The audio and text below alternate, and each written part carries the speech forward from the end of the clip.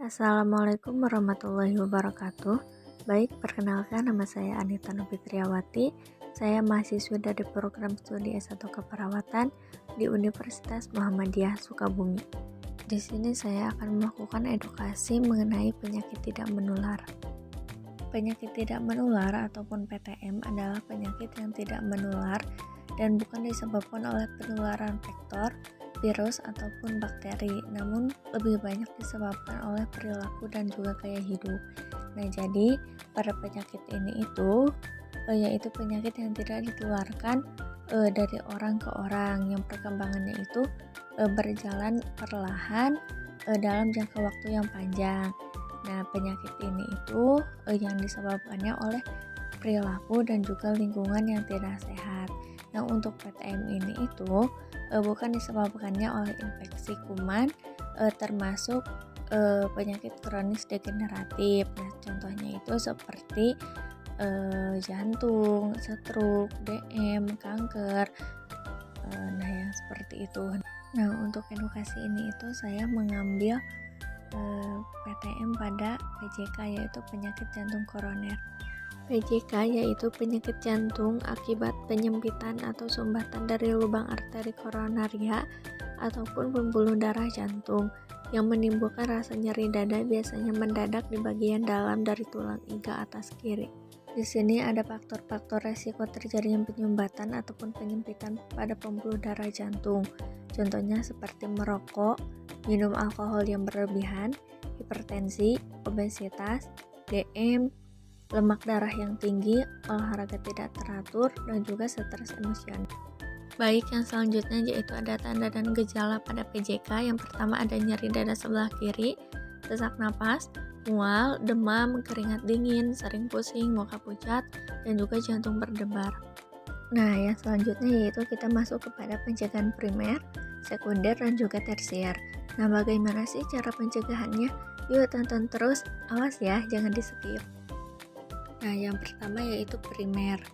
Nah, pada pencegahan primer adalah upaya pencegahan yang dilakukan sebelum seseorang itu menderita penyakit jantung. Nah, jadi untuk tujuan pencegahan primer ini yaitu untuk menghambat berkembangnya dan juga meluasnya faktor-faktor risiko pada penyakit jantung. Nah, yang pertama di sini ada peningkatan kesadaran pola hidup sehat. Nah, contohnya seperti mengkonsumsi gizi seimbang, terus menghindari merokok, terus menghindari asap rokok yang berada di lingkungan, hindari stres, awasi tekanan darah, berolahraga yang teratur, dan juga tidak mengkonsumsi minuman beralkohol. Yang kedua di sini ada pemeriksaan kesehatan secara berkala. Nah, di sini banyak orang yang sudah menginjak usianya di atas 40 tahun. Nah, mereka tidak mengetahui bahwa dirinya mengidap penyakit tekanan darah tinggi, kencing manis, ataupun kelebihan kolesterol. Nah, karena tidak mau untuk memeriksakan dirinya ke dokter ataupun tidak terdapat keluhan. Nah, tidak jarang kan di antara mereka ini kemudian meninggal secara mendadak karena serangan jantung tersebut. Nah, siapa aja sih yang terutama harus dilakukan pencegahan primer? Yang pertama yaitu orang sehat tanpa keluhan, usianya di atas 40 tahun. Terus anak dari orang tua dengan riwayat hipertensi, DM, atau mati mendadak pada usia kurang dari 50 tahun. Terus juga obesitas. Nah, untuk dari pencegahan primer ini bagaimana sih cara melakukan pemeriksaannya? Nih, yang pertama melakukan pemeriksaan fisik. Terus yang kedua pemeriksaan EKG. Terus pemeriksaan lab seperti HDL kolesterol, LDL kolesterol, terus pemeriksaan treadmill test, terus juga pemeriksaan ekokardiografi.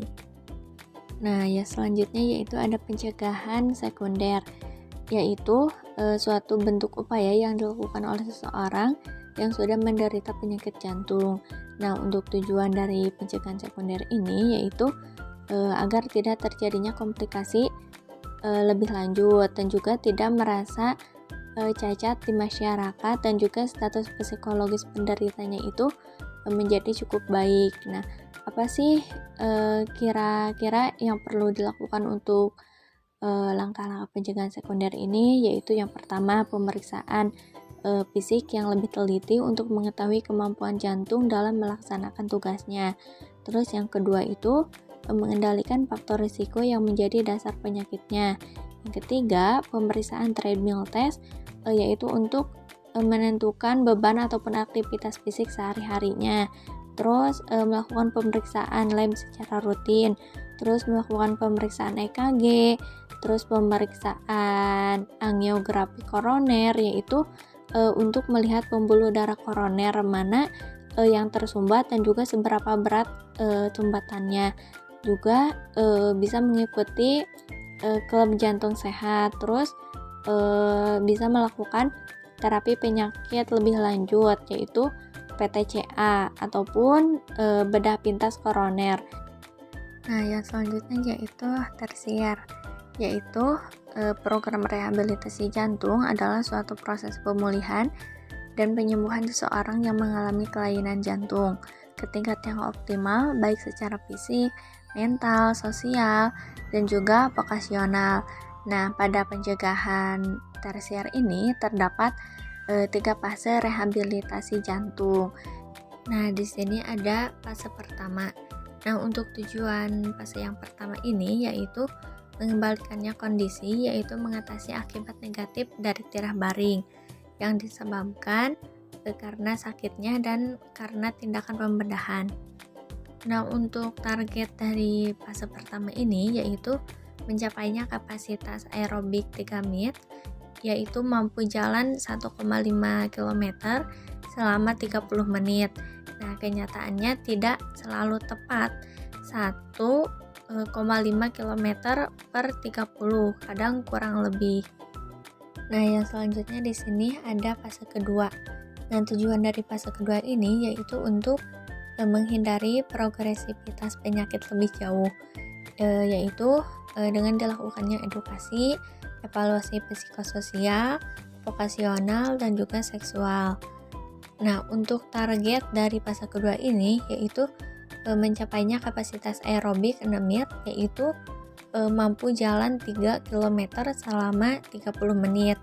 Yang dikerjakannya pada fase kedua gimnasium, yaitu latihan jalan dengan dosis yang meningkat. Nah, sehingga mencapai 3 km selama 30 menit dengan latihan sepeda 10 menit tanpa beban. Nah, untuk pengawasan dengan telemetri, tensi nadi, dan juga adanya keluhan. Nah, pada fase kedua ini diakhiri dengan evaluasi treadmill test. Nah, bila tidak tercapai, maka tidak masuk ke fase ketiga, tetapi mengulang kembali pada fase kedua. Nah, yang terakhir di sini itu yaitu fase ketiga. Nah, tujuan dari fase ketiga ini pemeliharaan, yaitu untuk memelihara hasil yang dicapai supaya tidak mundur, mencegah progresivitas, memberikan latihan, dan juga pengaturan diet. Nah, sedangkan untuk target pada fase ketiga ini yaitu mampu mencapai kapasitas aerobik 6-8 menit, yaitu mampu jalan 3-4 km selama 30 menit. Nah, tetapi kenyataannya itu kan tidak selalu tepat ya, 3-4 km per 30 menit. Nah, kadang kurang dan juga kadang juga lebih. Nah, untuk yang dikerjakan pada fase ketiga ini yaitu gimnasium. Nah, gimnasium ini itu latihan jalan dengan dosis yang meningkat. Nah, sehingga tercapailah 3-4 km selama 30 menit. Dan juga latihan sepeda selama 15 menit tanpa beban.